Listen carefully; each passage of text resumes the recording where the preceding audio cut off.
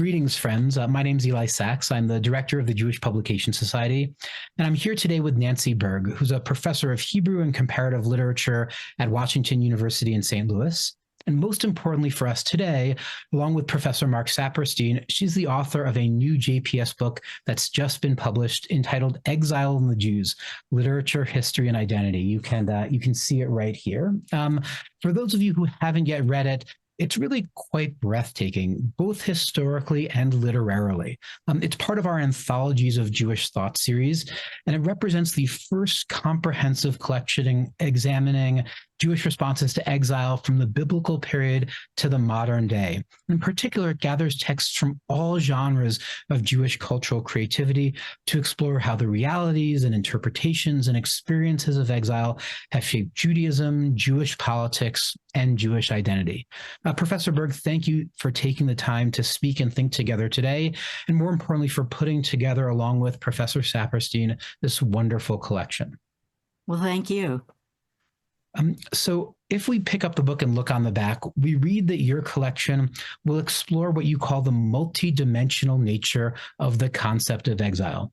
And more specifically, we learn that while the word exile often evokes darkness or bleakness, this condition has also been seen as offering spiritual renewal and engendering great expressions of Jewish creativity. Could you say more about this concept? What does the term exile mean in the Jewish tradition?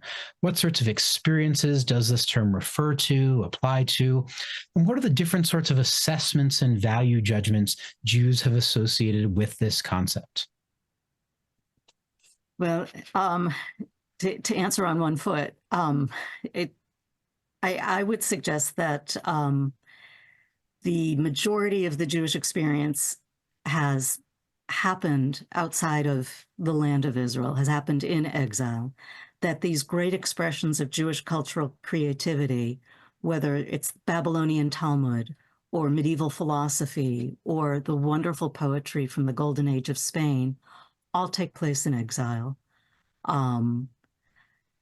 There are ideas such as Nachmanides, who suggests that the greater the challenge, that is, living in exile creates a greater challenge to being able to live as a Jew. The greater the challenge, the greater the reward. Dov Ber also looked at it as exile gave Jews the opportunity to get closer to God, using the allegory of the king outside of his palace, that when the king is in his palace, one cannot approach, but if he's going between place and place on the road, it might be easier to catch a glimpse of him. And then there's, I think, a wonderful piece by Marjorie Agosin about literary creativity and her greater sensitivity to her language because of her exile. That's so interesting, and there's so much there in terms of diversity of sources, both in terms of genre and in terms of history, that I hope we'll come back to. But maybe even before we kind of do that, Nancy, how did you come to be interested in this topic of exile? What led you and Professor Saperstein to put together a book on this theme? Yeah, well, I'd have to go back a few years to try and remember, but some of this came from my first book, which was about the Iraqi Jewish experience and their literature, this Babylonian exile, or the descendants of.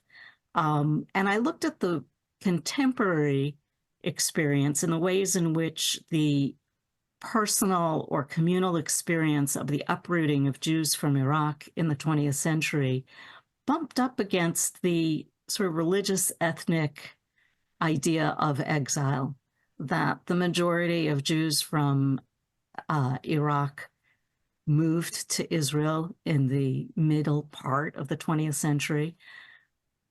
And from a Jewish standpoint, it's a return from exile. But from a personal and even the group point of view, it became their exile.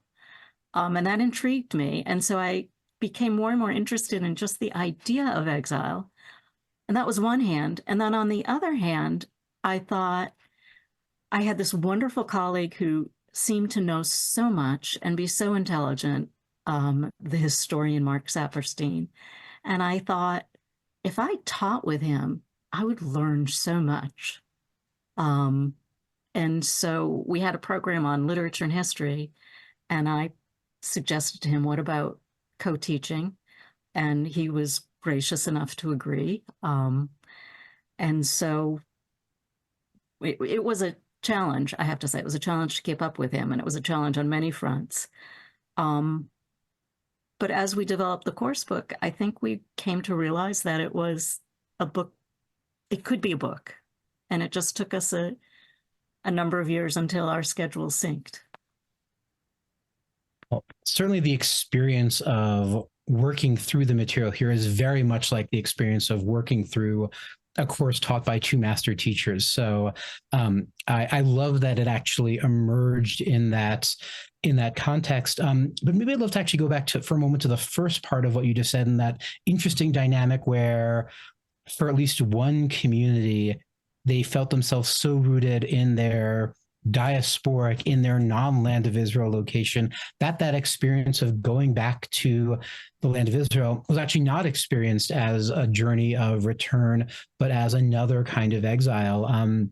The theme that's central there is this notion of diaspora, and that's a theme that comes up in your book in a number of cases. You talk about how, by exploring this notion of exile, you end up recovering widely divergent evaluations of Jewish life in the diaspora. I was wondering if you could say a little bit more about this. First, how is the term exile connected to the term diaspora? They feel similar, but also different, at least to me as a non-specialist. And then also, how does studying one of those concepts, how does learning about exile help us think about the kind of complexities of diaspora and diasporic Jewish life? Yeah, well, that's a good question. So I think exile inherently has a concept of fromness, that one is exiled from. Exile also can be the individual who is exiled. It can be referred to the person, can refer to the event, the Spanish exile, the Babylonian exile. It can refer to a time span. It can refer to the condition of exile. And it can apply to any person or people who are separated from their place of origin, right? Whereas diaspora comes from the Greek, and its scattering is at the basis of it. So I'm not sure that we would really say that there's a two-ness, but there's a scattering. And with the scattering, not only is there distance between the different members of the diaspora, but I think there's also a connection there. There's a network implied in the diaspora. Diaspora requires there to be some sort of home or homeland, whether it's mythological or historic in the collective memory. But there's a connection, and there's a continued identification with this core group, even as they're scattered. And so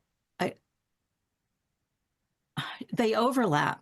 Surely exile and diaspora overlap, but they also work in different ways and play on different emotional sensibilities, I think.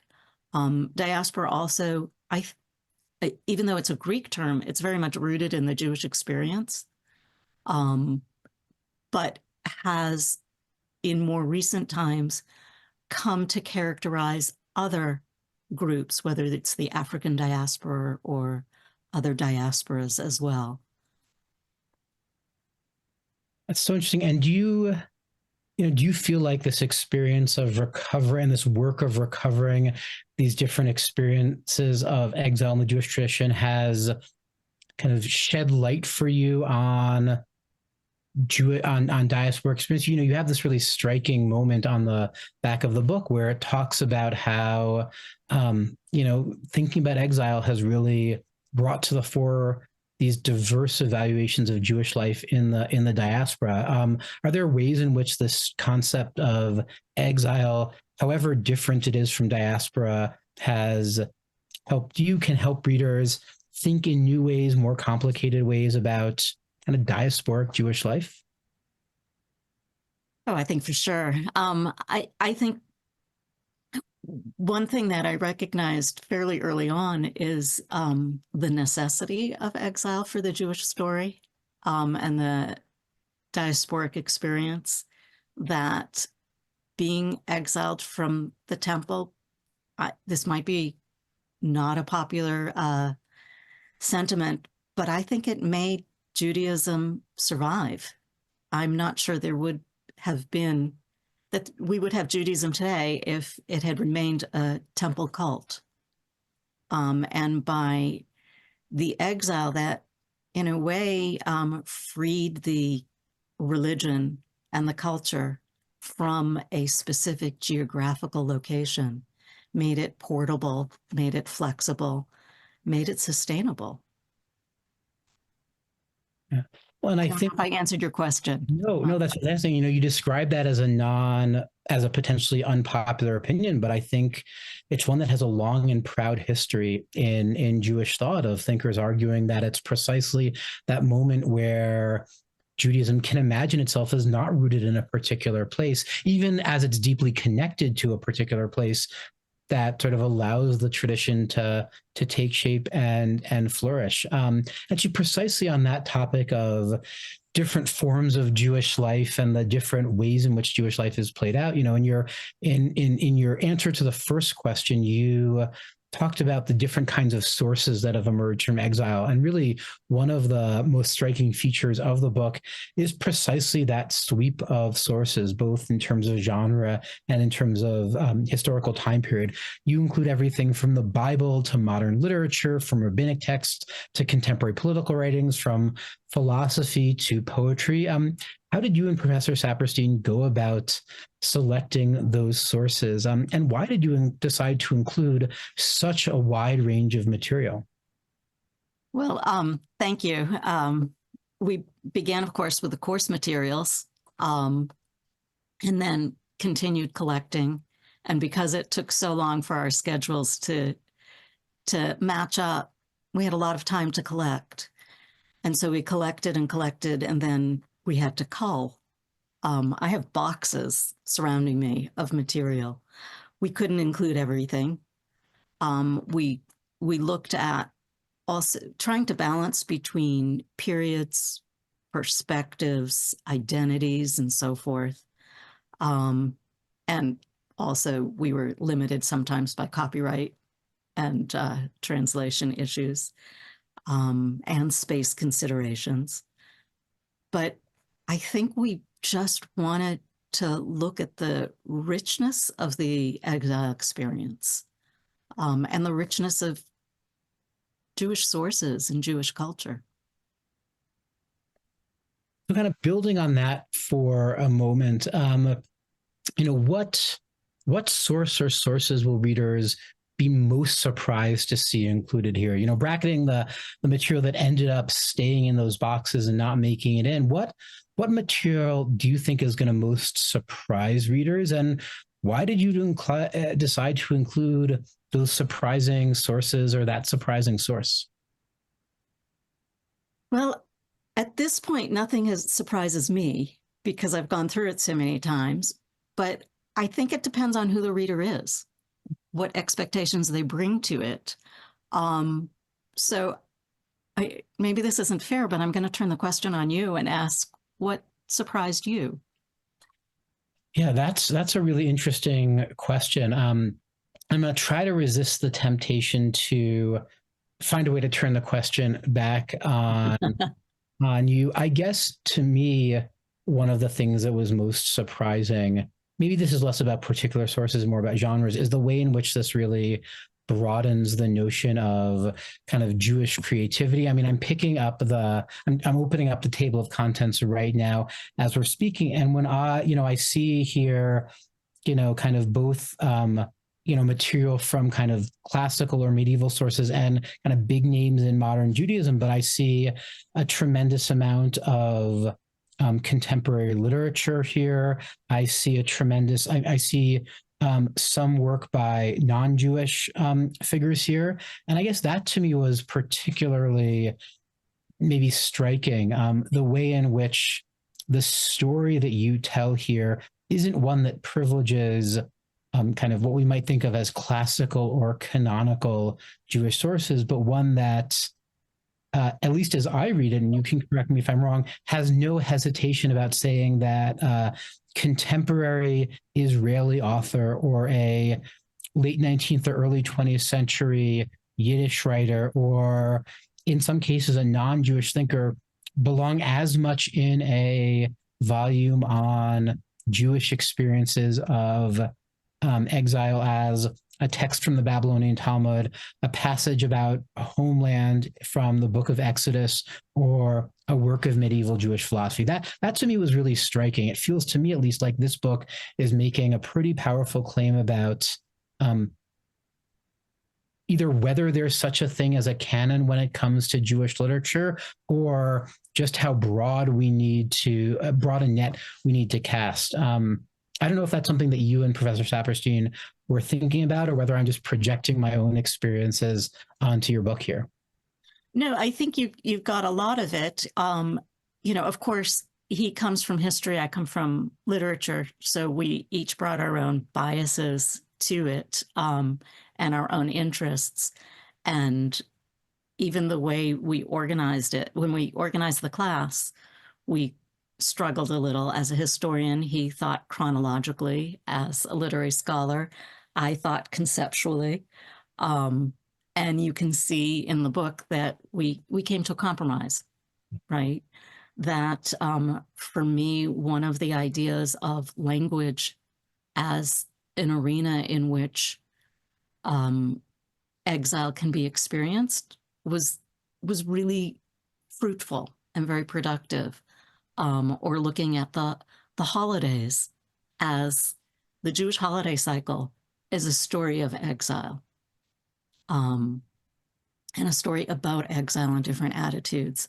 So I think that was a lot of it, was just that we come from different backgrounds and ideas. And so bringing these, forging them together, and being able to give space to the really canonical sources are important. Maybe see them in a different light, but also give voice to those who might have been pushed aside by the very experience of exile, and let them speak.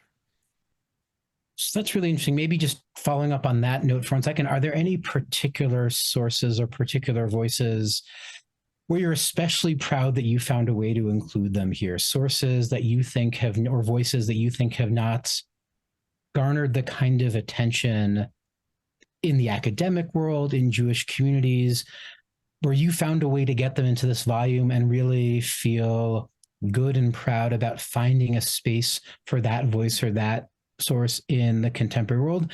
And conversely, thinking about those boxes of unused sources, are there any kind of sources that, in the best of all possible worlds, you wish you could have included here, but didn't get to, but in the next expanded version, you'd love to find a way to include? Not to press you to already write another book now that you've just published this one, Nancy. Yeah, volume 2. Of course, and it's like, it's a little bit like each text, everything we included, I had to either love from the beginning or come to love. Some of the sources that were more foreign to me, I had to find a way to come to love them.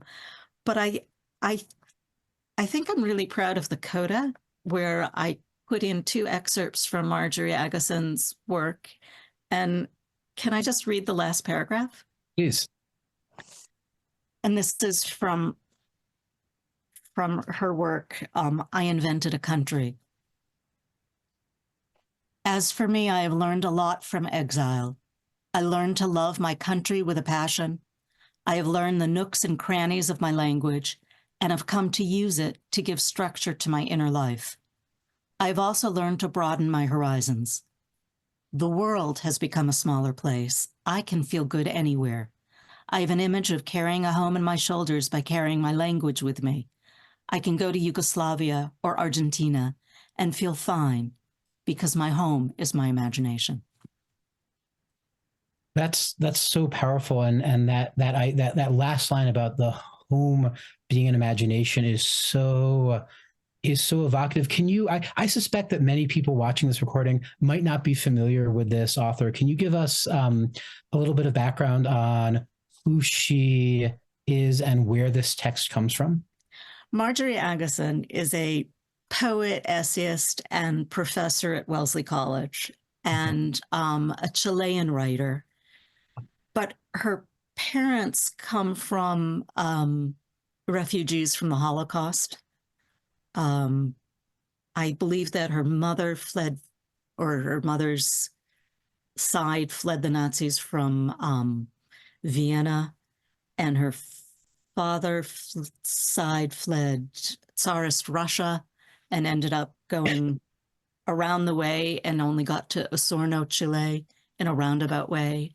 And Marjorie Agassiz ended up in the Boston area. So really, she comes from several generations of exile. And she's, I think, most known for her poetry and essays. That's so powerful, and I think it gets at a theme that you mentioned earlier about how diverse and central experiences of exile have been to the Jewish tradition and to Jewish history. Right? You began by mentioning some of those, we might call them kind of canonical or best known experiences of exile, from the land of Israel to Babylonia, expulsion from Spain, places like that. But then you talked about the experiences of Iraqi Jews that helped you first think about this. Now we get the experience of refugees from the Holocaust who find their way to Chile, to the United States. It really, I think, powerfully illustrates the just how wide-ranging and just how pervasive and central this experience of exile has been and is. And, not to turn the conversation too much to the present, but, one of the things we haven't talked about until now in the conversation is the particular moment at which we're having this conversation about exile and diaspora. For those of you watching, we're recording this conversation in early March 2024, and over the past few months, since the October 7th Hamas attack in Israel, conversations about exile, about the status of Jews, the future of Jews in the diaspora, have only become more intense. What lessons, Nancy, do you think that this book might offer us today? Yeah, this is your most difficult question so far, by far. I think one thing that the book has helped me realize is that exile, despite being so widespread a condition over so many different periods and eras, and for so many different people and peoples, is always experienced on an individual level.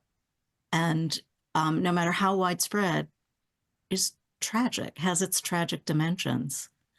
I think of the motif of the diamond in Tiffany Schleyn's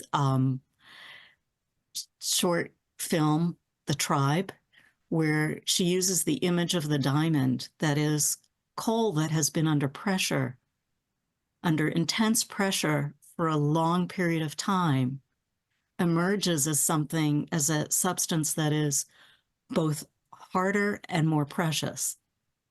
And she implicitly compares the Jewish people to the diamond. And I also think about the need for compassion, not just for oneself and one's people, but for others. And I think that's the real story and lesson from exile. That's so powerful. I think so often those moments of compassion and those moments of remembering that we're talking both about groups, but about real individuals.